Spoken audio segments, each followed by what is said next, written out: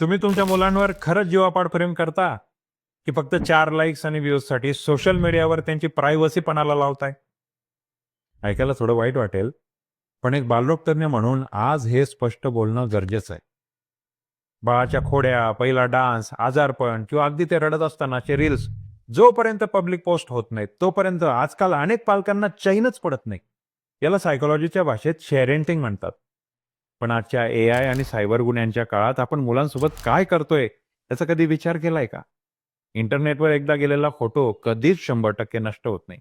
साध्या फोटोंवरून deep fake चेहरे तयार करणं आणि छोट्या ऑडिओ क्लिपवरून व्हॉइस क्लोनिंग म्हणजे आवाज कॉपी करण्याचे प्रकार आता सर्रास सुरू आहेत.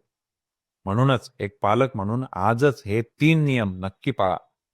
लोकेशन दाखवणं थांबवा. मुलांची शाळा, घराचा पत्ता किंवा रोजच्या वेळा समजतील असे फोटो, व्हिडिओ अनोळखी लोकांना दिसतील असे पोस्ट करू नका. खाजगी क्षण सोशल मीडियाचं कंटेंट नसतात. आज जे क्यूट वाटतंय, उद्या मोठं झाल्यावर त्याच गोष्टीमुळे शाळेत किंवा मित्रांमध्ये मुलाची खिल्ली उडू शकते आणि त्यांना मानहानीचा सामना करावा लागू शकतो. मुलांची संमती घ्यायला शिका. मूल थोडं बोलायला आणि समजायला लागलं की त्याला फोटो दाखवून विचारा की हा फोटो मी सोशल मीडियावर टाकू का?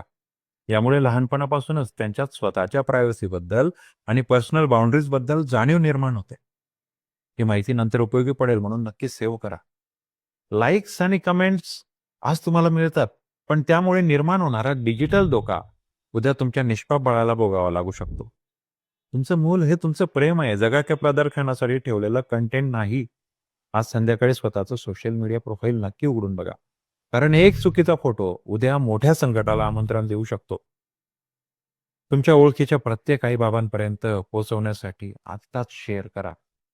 आणि तुम्ही मुलांचे फोटो पब्लिक पोस्ट करण्याच्या बाजूने आहात की विरोधात? तुमचं मत कमेंटमध्ये नक्की सांगा.